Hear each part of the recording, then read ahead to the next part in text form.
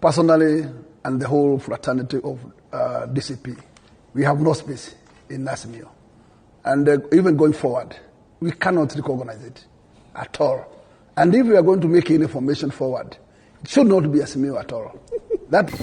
Karibuni katika Fero 7 Reports. Hapa tunakuletea yanayoendelea katika ulimwengu wa kisiasa, na kulikuwa na tukio ambalo Wakenya wanazungumzia kwa sasa.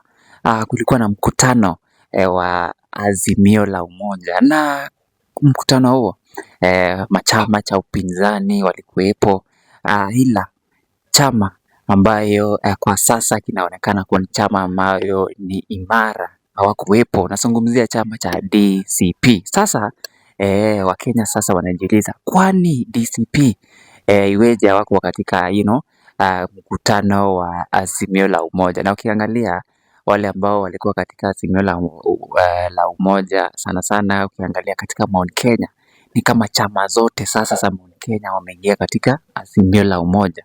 Sasa swali ambalo Kenya sasa wanajiuliza ni je, kwa nini chama cha DCP hawakuwepo? Leo ndio tunaangalia ripoti hiyo. Alright, na kama ni mara yako ya kwanza katika Fero 7 Reports, usisahau kusubscribe. Alright, now tuzungumzie jambo hili, na before tuendelee, nataka kwanza usikize alichokisema mmoja kati ya viongozi katika chama cha DCP. Nazungumzia Kaguya, ambaye aliweza kuongea na akasema kamwe hawezi akaingia katika Azimio la Umoja. Nazungumzia DCP. Aliongea akasema kwamba hawezi kamwe wakaenda katika kikundi hiyo ya Azimio. Nataka usikize kwanza. Personally, and the whole fraternity of DCP, we have no space in Azimio. And even going forward, we cannot recognize it at all. And if we are going to make any information forward, it should not be Azimio at all. That one we are going to reject it in totality. And I will tell you, this broad day, we can't allow to be fixed that particular cocoon. And there we are not going to, let me tell you, it is upon to Kalonzo Musyoka and whoever else in that particular fraternity of Azimio to decide whether to work outside or inside Azimio. So this is just increasing the problems you already have. I am telling you, this is a total confusion, and we cannot buy the idea. Uhuru is taking us back to those old days where we cannot get back to. As a DCP, we cannot even dare to be part of Azimio at any single day. And the other big question is, we have a big battle of ODM. Which ODM are you bringing back to Azimio? The Oburu ODM faction or the Young Tax faction?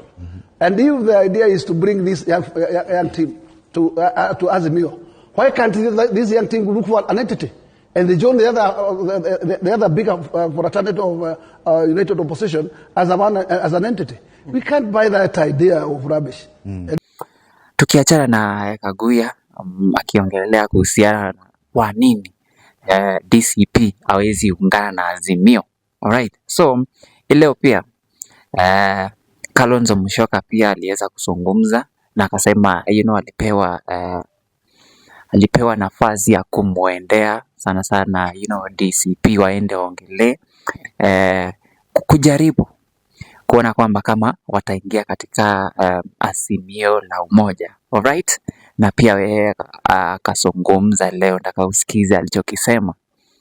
Our meeting this morning with brothers Rigathi Gachagua and Eugene Wamalwa was a continuation of what we started yesterday. It being understood, I was given the mandate to reach out so that we can fast track the formation of this new coalition. Kenyans are waiting for it, and we do not have time to spare. So tukiachana na hayo maongezi ya viongozi wakitaka chama cha DCP kuingia katika kundi hili la Azimio, and kuna kitu ambayo watu wengi sana hawajafahamu kulingana na hii story vile inaenda sasa. Rigathi Gachagua kuna interview ambayo aliweza kufanya, akasema kwamba iwapo atakuwa akiwania kiti cha urais mwaka wa 2027, right? Akasema kwamba kuna wale vijana ambao wanaweza wakaendelea na wakaendelea, kumaanisha kwamba anasema hivi, iwapo atakuwa anawania kiti cha urais, kuna uwezekano akatoa kiongozi mmoja wa Mount Kenya, badala yake aingie katika kama naibu rais ama hata urais. Na kuna story ambayo ilikuwa inaendelea, ilikuwa inasemekana, hii ni ripoti ambayo ilikuwa inasemekana kwamba Rigathi Gachagua iko na uwezekano mkubwa, iwapo yeye atawania kiti cha urais, akapeana Seneta Metu kama inaweza kuwa kama kama naibu wa rais. Sasa ndio maana DCP kamwe wanasema kwamba hawezi wakaingia katika Azimio la Umoja. Kwa nini? Sababu ukiangalia katika Azimio la kwanza, Azimio la Umoja sasa huko, hiki kikundi kuna chama mingi katika kikundi hilo, na Azimio la Umoja hapo ukiangalia mwenye anaongoza sana mwenye akona say ama mtu ambaye anaweza sema akona mamlaka mkubwa sana kuongea katika kundi hilo la Azimio la Umoja ni aliyekuwa rais wa Kenya, nazungumzia Uhuru Kenyatta. Na Uhuru Kenyatta katika Azimio na ukiangalia akona candidate wake ambaye ni Matiang'i. Hapo tena kuna kiongozi wa Wiper Kalonzo, kuna viongozi wengine wengi hapo katika upinzani, katika hii chama mingi katika kundi hilo la Azimio la Umoja. Na ukiangalia iwapo DCP sasa wataingia katika kikundi la Azimio la Umoja, iwapo ifikapo 2027 Kalonzo Rigathi Gachagua atakuwa akiwania urais, nafasi yake ya kumtoa mtu mwingine nje ya Azimio itakuwa ni vigumu sana, sababu kutakuwa na viongozi kama Gachagua, kama Matiang'i, kama kuna Kalonzo hapa, kuna kina Martha Karua, kuna viongozi Muturi, sijui nane, kuna viongozi wengi katika kikundi hilo la Azimio. Sasa ukiangalia kwa undani, chanzo kubwa ama kitu kubwa ambayo inafanya Rigathi Gachagua kusema kwamba hawezi ingia katika Azimio ni kwamba Rigathi Gachagua anataka kuwa ni mtu wa kusema, si mtu wa kuambiwa fanya hivi na hivi, anataka mtu wa kusema. So wanaona chances of producing another person who lead Mount Kenya mwenye anapenda yeye mwenye, si mwenye watu wanaambia toa huyu, itakuwa vigumu sana. Ndio maana anasema hawezi ingia kamwe katika kikundi hilo. Sijui ni maoni yako ni yapi kulingana na yeye.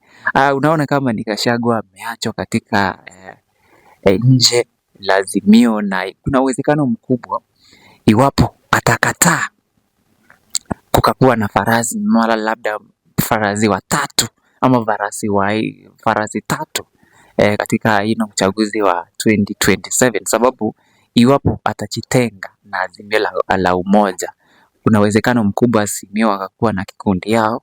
Kuna kikundi ya Ruto huku na kuna kikundi ingine sasa ya Gachagua ambayo inaonekana inaweza jitokea.